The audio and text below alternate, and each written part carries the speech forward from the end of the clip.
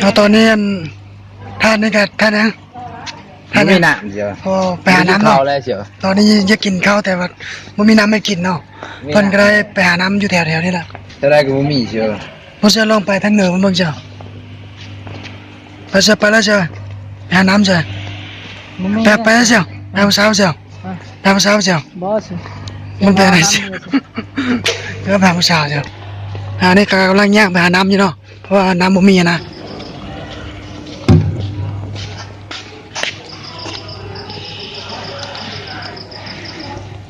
ตอนนี้เพิ่งกำลังเอาน้ำเนาะทางได้เชียวหมูจะหามันทำอะไรเจ้าไม่สิน่าสลดใจเนาะ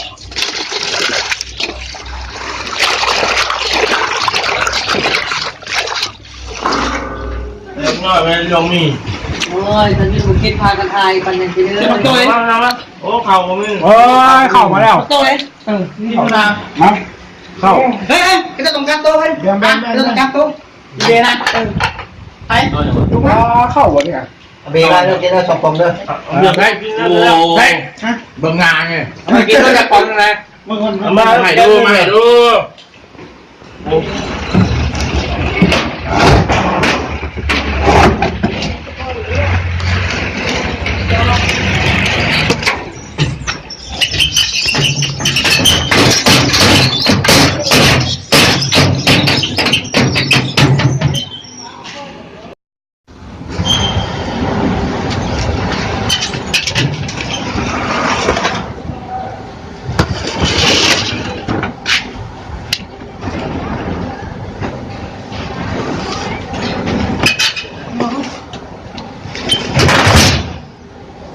ยอดเลย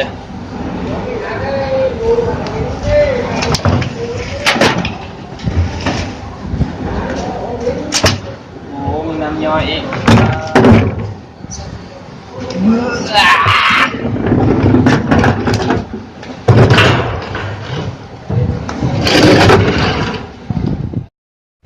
ครับสวัสดีครับพี่จังได้เสียมาซะเนี่ยมาจะซื้อของให้ลูกซื้อเครื่องมาซื้อเครื่องมาตัวไหนเจ้าเสียตายไปสิงกันเป็ดชั่วไปได้ทูเจ้าช่วยดูดีเลยช่วยมาเกาว่ามาเกาแล้วจะบอกเคล็ดลับเบอร์เจ้าแล้วมันไม่ขวางเตียงสะอาดทางโคเฮียนอย่างนั้นเลยทางโคเฮียนเธอจึงไหนจะได้แล้วขวางก็ได้ไม่ขวางใช้งงอยู่อะไรลำบากลำบากก่อนเตียงมีมีชื่อเนาะกับพื้นน้ำบนนูนนะพวกบนโนนกูเปียกหมดห้องกู น้องช่วยน้องกำลังมากันญาติกันชื่อมงอนี่ญาติกับผู้สาว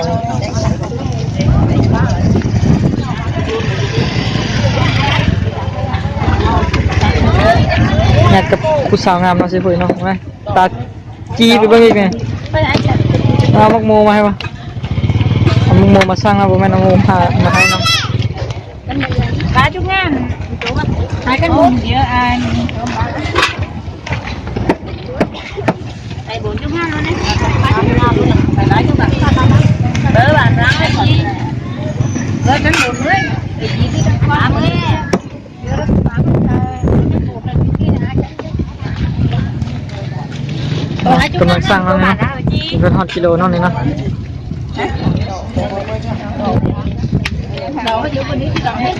กำลังคนเนี่ยเขาแต่งตัวดีท่านมาเนี่ยเสียเป็นทนายความเหรอทนายความสิเขาเสียงมาเนี่ยโอ้ยว่าเบิร์ดอะไรเบิร์ดชื่อดีจังแจ้งดี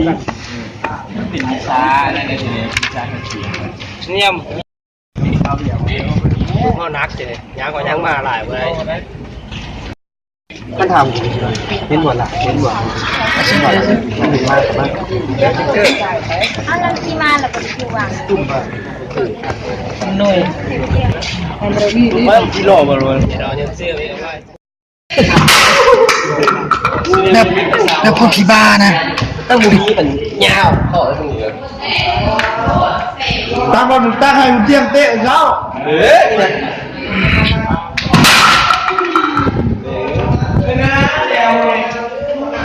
บ้านนั่งแข่งก่อนกูอยากสู้สินะเฮ้ยดังนี่เบิ่งนั่นแน่น่ะเบิ่งนั่นแน่ที่สู้ให้เบิ่งนี่บอกยิ้มอายแล้วบ้าไอ้คุยหน้าเอาเนี่ยเอาบ่ถ้าโอ้ยมีเนี่ยโอ้ยเข้าเลย เข้า จับพันแน่เข้าเลยโอ้ย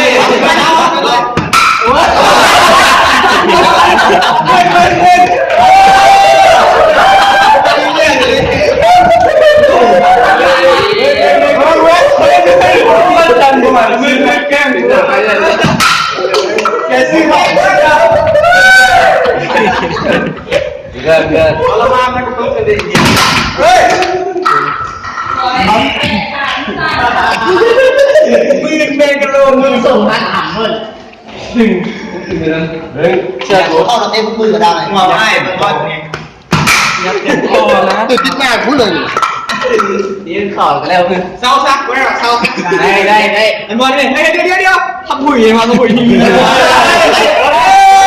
ไ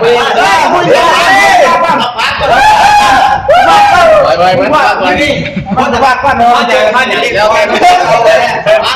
ทำมือนี่คิดว่าจะเตะเข้าไปทำมือนี่นะมันใจกันประมาณ10 นาทีแล้วเตะเลยเดี๋ยวเขาจะสอนคนนี้เด้งนะคนนี้เด้งเขาพูดที่นี่เขาไง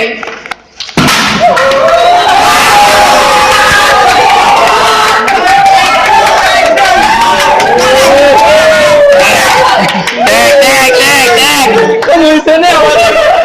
เอาไปร้องมาดิได้แล้วร้องตามปุ๊บ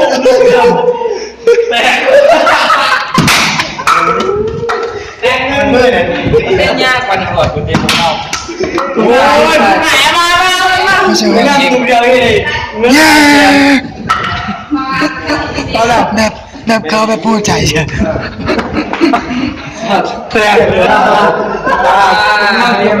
เงินหลายเซฟเลยสุภดีหน้าเพื่อนคอยเอามือดังการรู้สึกขนาดนั้นเกี่ยวกับโทรศัพท์ของท่านแพทย์ ก็เฟี้ยวเนาะเฟี้ยวโดยเขาบ่สามารถกู้กลับมาคืนได้เนาะก็เฟี้ยวไปเนาะ โมสึกเสียใจได้มั้ยเนาะ ไอคอน8โอ้ โมเม แต่ นต์เนาะโมเมนต์เนาะ ถ้าโมสึกเสียใจได้มั้ยได้มั้ย ก็หน่อยนึงเนาะ น้อยใจ บ่น้อยใจเฮ็ดเอง มันจะเลื่อนเลย เพราะคุณท่านผู้ชมเนี่ยระมัดระวังโทรศัพท์ของท่านนะ ฝากถึงท่านผู้ชมทั้งหลายเนาะบ่ควรเฮ็ดนำเนาะแบบนี้เนาะแต่ก็พลาดไปแล้ว